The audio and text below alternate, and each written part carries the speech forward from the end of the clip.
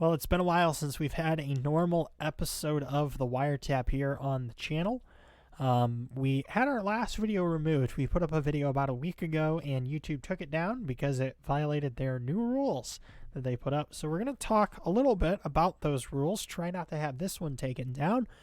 And Logan, in the time since our last live stream, because we did a live stream just after the election, and since that point, Logan has had a little misadventure, if you will, and we'll get into that. And also, we're going to touch a little bit on Pete Buttigieg and why he is so qualified to be our Secretary of Transportation. All of that on this episode of The WireTap.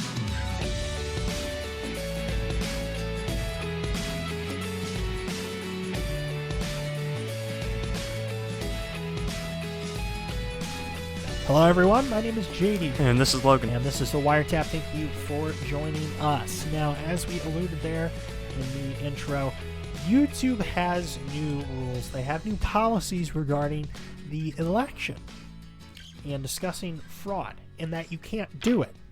If you they put this out on the December the 9th. About December the 10th going forward, that any content uploaded discussing software irregularities or election fraud that could have swayed the election, YouTube will not allow that content.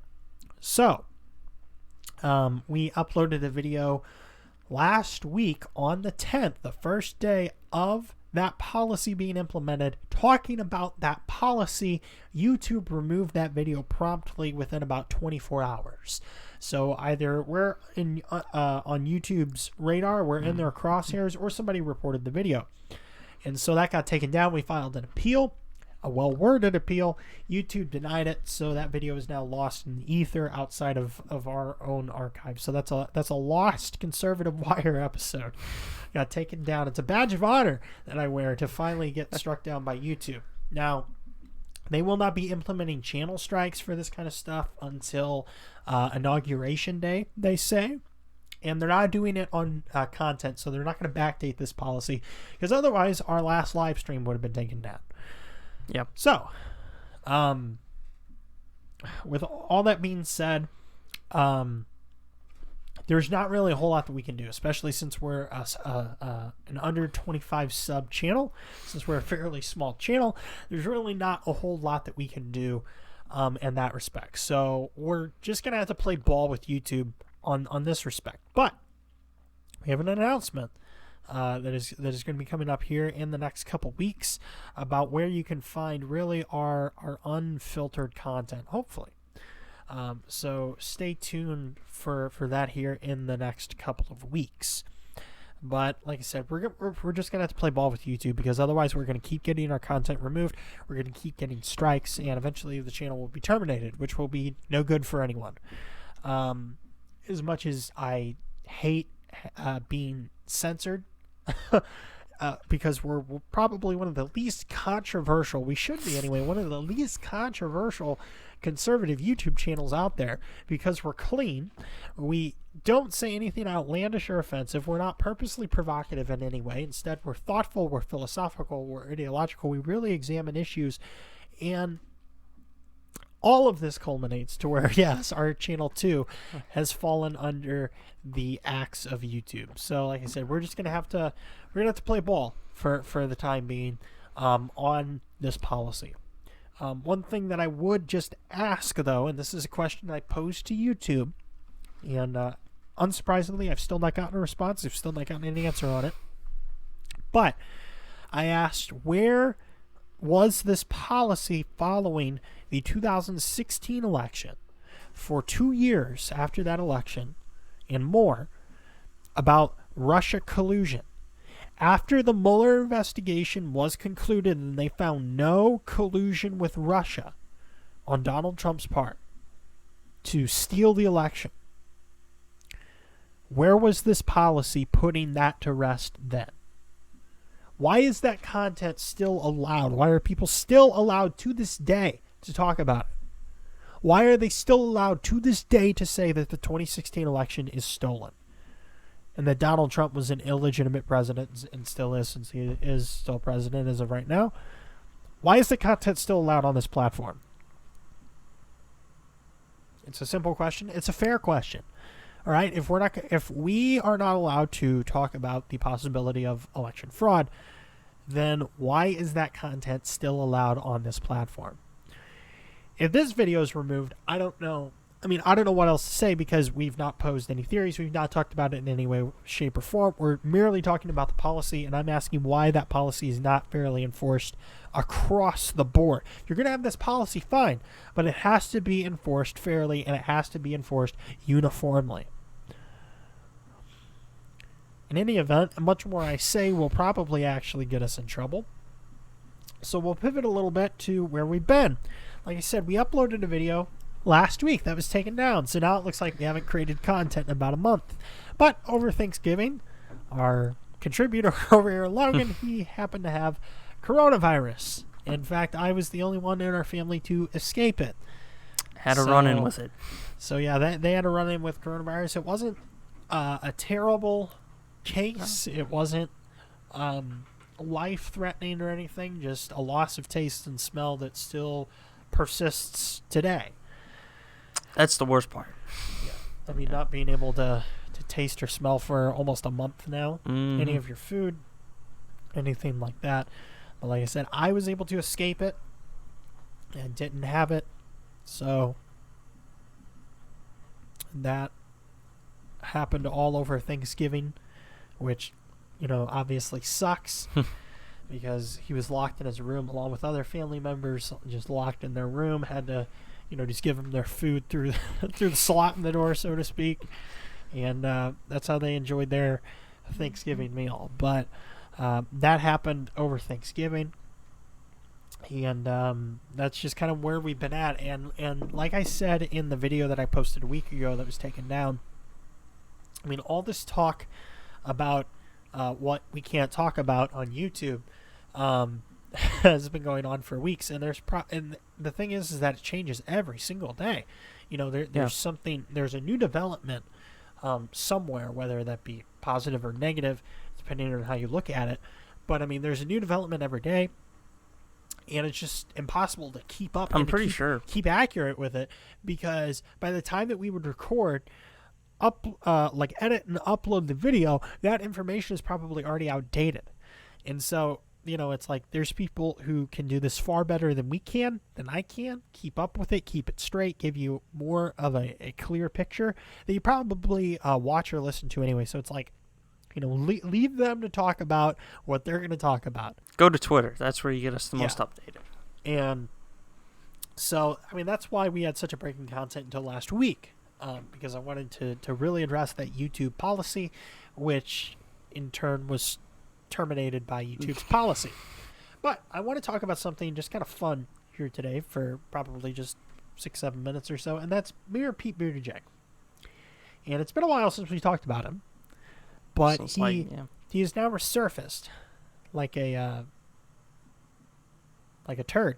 He's resurfaced into our consciousness as our potential Secretary of Transportation in the Biden administration. And I want you to hear, as NPR reports, his qualifications. He said, Buttigieg, that he has a personal love of transportation, recounting 1,000-mile-long train trips on Amtrak while in college, and said he proposed to his now husband, Chasten, whatever, in an airport terminal. Don't let anyone tell you O'Hare isn't romantic, he joked. Powerful stuff there. That's a testimony and a resume. That is something. That is a tearjerker that tugs on the heartstrings. He rode on Amtrak in college, and he proposed to his husband in an airport terminal, and suddenly, he is qualified to be the Secretary of Transportation. Good enough for the Biden administration. That's basically where we're at right now, because all of Biden's appointees, all of his picks for his cabinet members has been nothing but has-beens and idiots who are in no way qualified for the position that they hold. And a lot of people have been saying, well, what about Ben Carson? He had nothing to do with housing and urban development before this point. Well, Ben Carson grew up in the projects. He saw firsthand the effect that that office, that department had on people in society and people in inner cities. And he In figured the out a urban way. areas, blacks and minorities. He saw the effects that it had, the flaws that it had, the problems that needed to be addressed. And he figured out how to get out of the projects. Yeah, and become one of the most notable, surgeons in Neurosurgeons yeah in the world. neurosurgeons in the world for Johns Hopkins University. He figured out a way to get from point A, being the projects, to point B, where he is now, and so he knows firsthand the problems that are inherent in there. Being a Secretary of Transportation requires a little bit more than just riding Amtrak whenever you're in college. And proposing to your boyfriend, husband, whatever, in an airport terminal in O'Hare Airport, like, it requires a little bit more knowledge of the inner workings of infrastructure and transportation than just that.